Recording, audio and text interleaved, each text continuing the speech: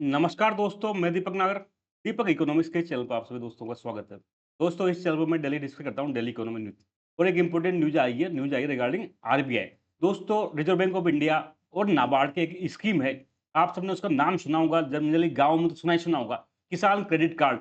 तो दोस्तों, इस किसान क्रेडिट कार्ड को स्कीम को आरबीआई ने रिवाइज़ किया गया, नई गाइडलाइन इसको लेके आई है। सबसे पहले आप न्यूज़ देखें, RBI revise Kisan credit card norms, standardized crop season depreciation. Basically जो किसान क्रेडिट कार्ड का संबंध में नॉर्म्स है ना, एक गाइडलाइन थी, उसको क्या किया गया, रिवाइज की गई है। काफी टाइम से चलन में है, आप सबको ध्यान होगा, किसान क्रेडिट कार्ड की स्टार्टिंग भारत में 1998 में हुई थी। इसके बाद कई टाइम से चल रहा था। तो फाइनली दोस्तों, आरबीआई ने क्या किया, इसको रिवाइज किया गया, इसके गाइडलाइन को। साथ में जो क्रॉप सीजन है उसको स्टैंडर्डाइज किया गया है। इसके बारे में हम जानेंगे क्रॉप सीजन क्या होता है और इसको स्टैंडर्डाइज करने का क्या मतलब है, वो हम आगे डिस्कस करेंगे।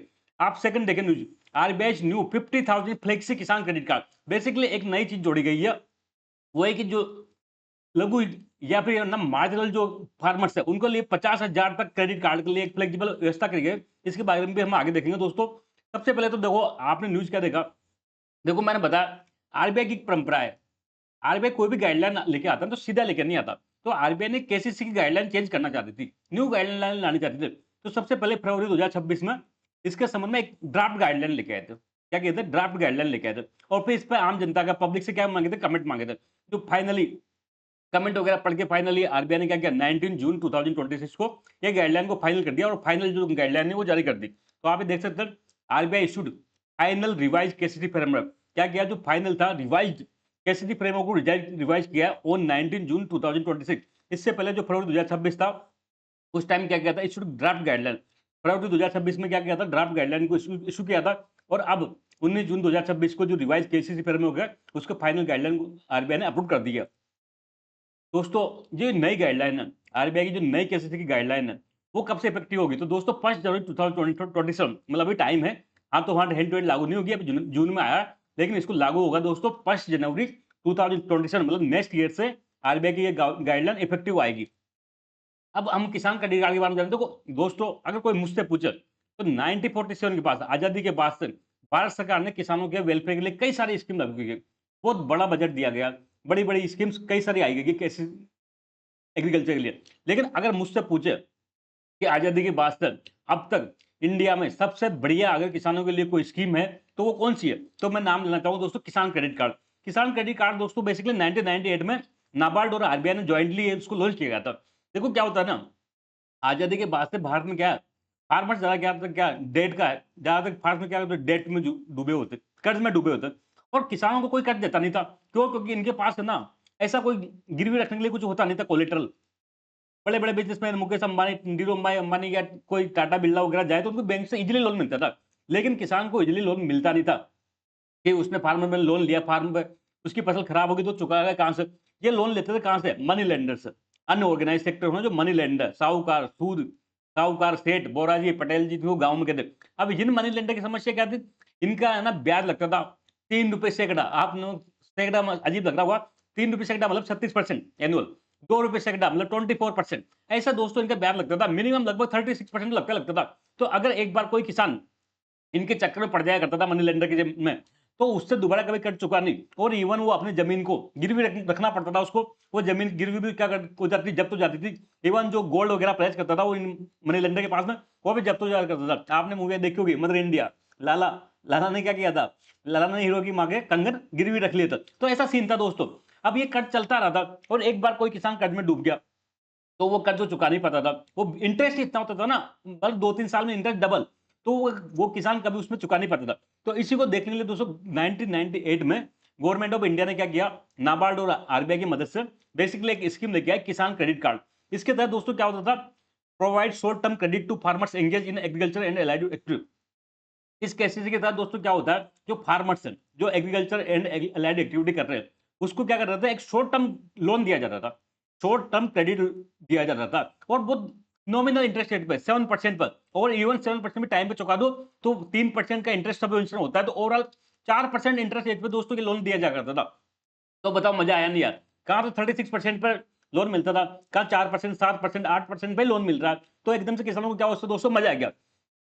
और इनको क्या होता है, बेसिकली आपने देखा होगा, मैंने फोटो देखा, एक ऐसा क्रेडिट कार्ड दिया जाता था किसानों को, जब चाहे जब जैसे केसीसी की समझ करो 10 लाख की लिमिट है, तो जब चाहेगा वो उसको आवश्यकता होगी वो एटीएम से जाके या कहीं भी जाके वो पैसा विड्रॉल कर सकता है। तो केसीसी ने दोस्तों पूरे भारत के एग्रीकल्चर में, जो एग्रीकल्चर क्रेडिट में एक बहुत बड़ा इंस्टीट्यूशनल चेंज लेके आए। ठीक है बात यहाँ तक। तो दोस्तों ये स्कीम तो चल ही रही थी, ये स्कीम तो चल ही रही थी केसीसी तो काफी टाइम से। समय समय पर इसमें कुछ चेंजेस भी हुए, जैसे मैं 1-2 साल पहले केवल एग्रीकल्चर एक्टिविटी अलाउड थी, फिर इसके बाद में क्या हो गया, डेयरी भी अलाउड कर दिया।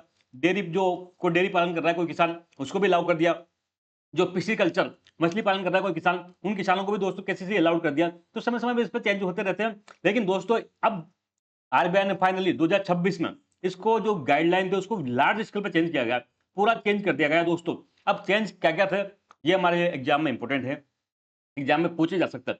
तो सबसे इंपॉर्टेंट चेंज किया गया दोस्तों basically revise crop season note, जो फसल सीजन है ना उसको स्टैंडर्डाइज किया गया। देखो दोस्तों अलग अलग क्रॉप्स होती है, कोई क्रॉप्स होती है शॉर्ट टर्म जल्दी आ जाती है, मूंग की 2 महीने में पक जाती है, गेहूं सरसों ये अलग टाइम लगता है। लेकिन लॉन्ग टर्म क्रॉप होती है, कई टर्म जो क्रॉप्स होती है वो लॉन्ग टर्म होती है जिनको आने में लंबा टाइम लगता है। जैसे कि आपने गन्ना देखा होगा, गन्ना एक बार उगाओ काफी टाइम के बाद, लंबा टाइम के बाद, साल 1.5 साल बाद उसमें फसल आती है। तो दोस्तों क्रॉप्स कई प्रकार की होती थी। इन क्रॉप्स का सीजन इसमें क्या था, अब तक केसीसी में कोई स्टैंडर्ड नहीं था।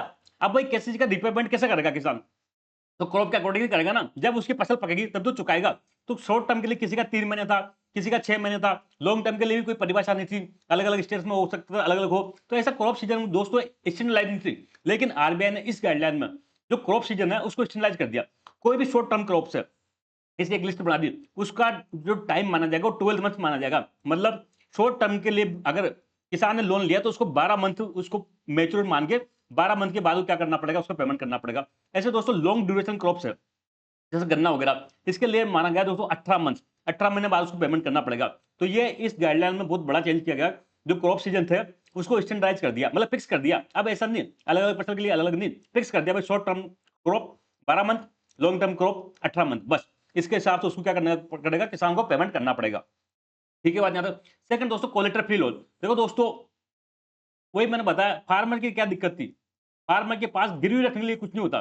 गिरवी को टेक्निकली बैंकिंग की लैंग्वेज में कहते हैं कोलेटर। जैसे मैं मकान हाउसिंग लोन लिया तो मैंने मकान गिरवी रखा, तो मकान क्या एज ए कोलेटर है। तो फार्मर के पास क्या होता है, एक दिक्कत होती है कोलेटर रखने के लिए कुछ ज्यादा सामान होता नहीं था। तो दोस्तों ये आरबीआई की पहले से गाइडलाइन थी। पूर्व में दोस्तों ये 1.6 लाख रुपए थी, मतलब 1,60,000 रुपए तक अगर किसान लोन ले रहा है तो उसको कोई भी कोलेटर रखने की आवश्यकता नहीं थी। लेकिन इस लिमिट को बढ़ा के अब कितना कर दिया गया, 2 लाख रुपए। Very very important, very very important. 2 lakh का आंकड़ा बहुत इंपॉर्टेंट है, किसी भी एग्जाम में पूछा जा सकता है कि फार्मर को कितने अमाउंट तक कोई गिरवी रखने की आवश्यकता नहीं, कोलेटर फ्री लोन मिलता है। तो वो अमाउंट है दोस्तों 2 लाख रुपए। तो banks will waive collateral security up to ₹2 lakh पर बोरो, प्रति बोरो 2 लाख रुपए तक किसी भी प्रकार के क्या हो कोलेटरल की आवश्यकता नहीं, कुछ भी गिरवी रखना नहीं पड़ेगा। तो ओवरऑल इसमें मतलब ये है कि फार्मर अगर 2 लाख तक लोन ले रहा है तो उसको कुछ भी गिरवी रखने की आवश्यकता नहीं है। दोस्तों इसमें एक कैच है, एक एक्सेप्शन है। स्पेशल नहीं कि अगर कोई फार्मर वॉलंटरी क्या करे, गोल्ड एंड सिल्वर गिरवी रखे। कोई फार्मर अगर इच्छा स्वैच्छिक रूप से अपनी इच्छा से गोल्ड एंड सिल्वर बैंक के पास गिरवी रखे तो उसको क्या करेगा, ये इस रूल का वायलेशन नहीं माना जाएगा। जो 2 लाख का रूल है उसका वायलेशन नहीं माना जाएगा अगर स्वेच्छा से गोल्ड एंड सिल्वर रखा जाए। अब कोई मूर्ख ही होगा बताओ, कोई मूर्ख फार्मर ही होगा जब आप एक तरफ कह रहे हो कि 2 लाख रुपए तक कोई कोलेटर नहीं चाहिए, एक तरफ आप कह रहे हो कि 2 लाख तक सोना चांदी गिरवी रखिए। तो ये बात जमने में नहीं आ रही, थोड़ा सा कॉन्ट्रडिक्शन है। लेकिन फिर हमको तो पढ़ना है, एग्जाम में लिखना है या एग्जाम में टिक लगाना है। तो ये इसका याद रखें, एक्सेप्शन भी है कि 2 लाख तक अगर कोई सोना चांदी किसान गिरवी रख रहा है तो वो ये रूल है 2 लाख तक का, उसका ये वायलेशन नहीं माना जाएगा। थर्ड बड़ा चेंज किया गया दोस्तों, ये किया गया मार्जिनल फार्मर स्लिप। आप सबको पता है किसानों की कई सारी कैटेगरी होती है, मार्जिनल, स्मॉल, मीडियम, लार्ज, ऐसे कई सारे फार्मर्स के होते हैं। तो दोस्तों ऐसे किसान जिनके पास जमीन लैंड होल्डिंग 1 हेक्टेयर तक हो, 1 हेक्टेयर तक जमीन होती है उसको कहते हैं मार्जिनल, मार्जिनल या सीमांत किसान कहते हैं दोस्तों। क्या कहते हैं, मार्जिनल फार्मर किसे कहते हैं, तो ऐसे किसान जिनकी लैंड होल्डिंग 1 हेक्टेयर तक हो उसको कहते हैं मार्जिनल फार्मर। तो दोस्तों इन मार्जिनल फार्मर के लिए एक अलग से प्रावधान किया गया, अलग से क्रेडिट लिमिट फिक्स की गई है। भाई इनके पास जमीन कितनी हो ना हो, भाई जनरली केसीसी में क्या होता है लैंड के हिसाब से लोन मिलता है, ऐसा नहीं भाई पर बीघा 10,000, 20,000, 30,000 ऐसा लोन मिलता है। तो दोस्तों इनके पास तो जमीन है ही नहीं, बेचारों के पास 1 हेक्टेयर से भी कम जमीन है। तो इनके लिए फिक्स कर दिया कि 10,000 से 50,000 तक क्या करेगा, फ्लेक्सिबल लिमिट लोन मिलेगा इनको। कितना, 10,000 से लेकर 50,000 तक। ये मार्जिनल जो फार्मर्स हैं विदाउट लैंड होल्डिंग, मतलब लैंड कम कम है इनके पास, तब भी इनको क्या मिलेगा, 10,000 से 50,000 तक लोन मिलेगा। तो ये इंपॉर्टेंट है, लेटेस्ट में जोड़ा गया, एग्जाम में पूछा जा सकता है कि भाई मार्जिनल फार्मर्स के लिए क्या लिमिट है, तो 10,000 से लेकर 50,000 तक की लिमिट दोस्तों इसमें रखी गई है। और चेंज किया गया दोस्तों एक्सटेंडेड केसीसी टेंडर। देखो एक बार किसान का फार्मर का केसीसी कार्ड बन गया, अब बार बार उसको रिन्यू कराने की जरूरत नहीं थी, पहले क्या था बार बार उसको रिन्यू कराने की जरूरत पड़ती थी, लेकिन अब इसको रिन्यू कराने की जरूरत नहीं दोस्तों। इसका टेन्योर बढ़ा के कितना कर दिया, 6 ईयर कर दिया। कितना कर दिया, 6 ईयर कर देगा। मतलब अगर एक बार किसान ने केसीसी कार्ड बना लिया तो वो 6 साल तक वो वैलिड है, उसके बाद में दोस्तों उसको चेंज करना पड़ेगा। फिफ्थ एक बड़ा चेंज किया गया दोस्तों, एक इनेबल्ड क्रेडिट कंपोनेंट। देखो इसमें ऐसा कहा गया कि अगर किसान को 1 लाख रुपए केसीसी में लोन ले रहा है, तो इस केसीसी का 20% वो जो लेटेस्ट टेक्नोलॉजी है ना, अगर अपने फार्मर में वो लेटेस्ट टेक्नोलॉजी का प्रयोग में करना चाहता है तो वो अलाउड कर दिया गया है दोस्तों। आप देखिए, farmers can utilize 20% of their limit on modern technology intervention.